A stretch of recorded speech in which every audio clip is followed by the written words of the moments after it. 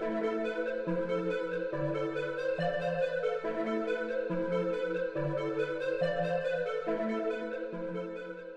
y'all, and welcome back to the Sanctified Podcast, the show where we explore the stories of various saints throughout history and learn about what they did and how we came to recognize them as saints today.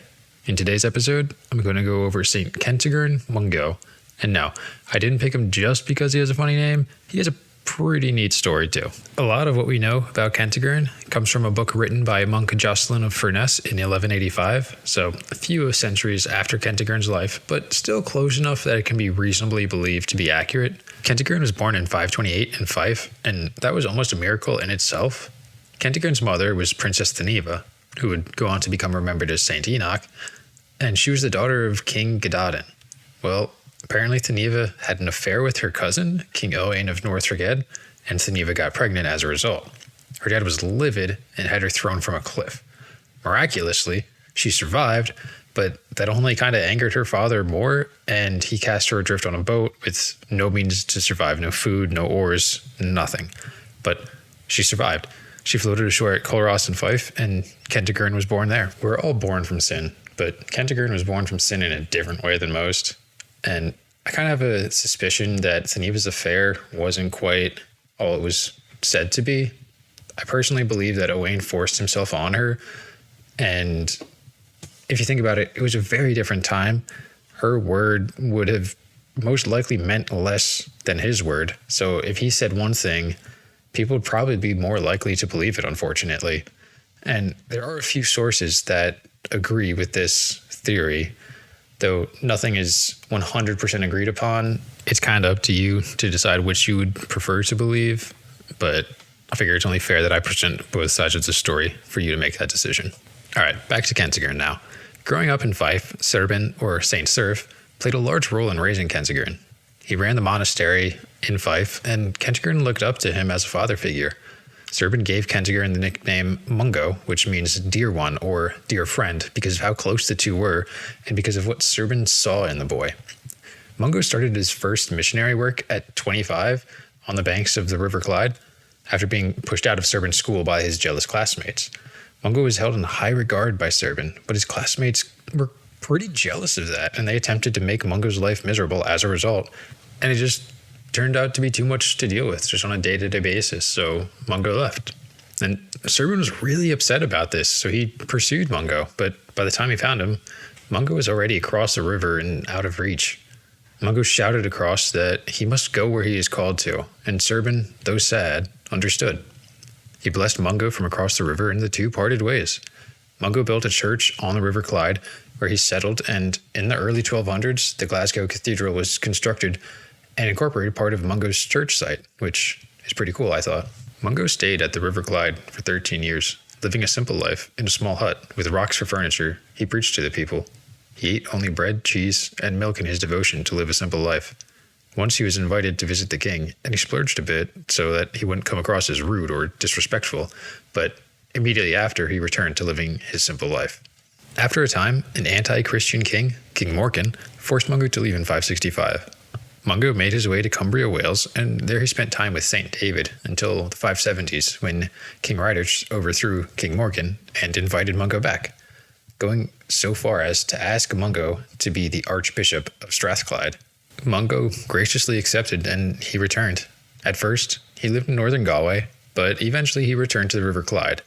While in northern Galway, though, it is believed that Mungo converted the bard Merlin to Christianity in 584, before Merlin died, which I thought was pretty cool, if true, and if you believe in like the Merlin stories and everything, then it's just a very interesting little tidbit of information. After returning to the River Clyde, his church's congregation grew and they became known as Glasgow, which translates to dear family. This community is what gave rise to the modern city of Glasgow. It was at Glasgow that Mungo would eventually die, though. On Sunday, January 13th, 603, or maybe 614, both were Sundays for January 13th, and his death day, like January 13th, is more agreed upon than the year. So it's either 603 or 614. Mungo passed away while performing a baptism or taking a bath. The translations are a little bit hazy, but I would have to imagine it's probably while taking a bath than during a baptism just because he was old and frail and probably struggled, or maybe it was just his time in the end. But after passing away, Mungo left a very strong story and impact for others to follow. And he was reported to have performed a few miracles as well. And there's even a short poem about them. And the poem goes, "Here's the bird that never flew. Here's the tree that never grew. Here's the bell that never rang. Here's the fish that never swam." Each of these lines represents a different miracle. The bird that never flew refers to a time when his classmates in Culross killed Serban's pet robin, and Mungo was devastated at this because, again, he looked up to Serban as a father. So he picked up the dead robin and he prayed over it. And miraculously, the robin began moving again. And not long after this, the robin was back to normal. And it was like nothing even happened in the first place. The tree that never grew is in reference to a time when Mungo was responsible for the fire in the monastery, again at Culross. And his job was to keep it lit. But he fell asleep and the fire went out. Now, some sources suggest that his classmates sabotaged him and put out the fire, and they were watching him, waiting for him to fall asleep to put out the fire. But Mungo woke up shivering and realized that he messed up. He took a branch from a tree and either blew on it or prayed over it. It kind of depends on which source you're looking at. And then he placed it on the ashes and the fire started burning brightly once again. Now, I know a lot of people think that it doesn't really sound like anything special because we know blowing on embers can encourage a blaze to return to life. But remember that this is the 6th century. I think people then probably knew this fact better than people do now.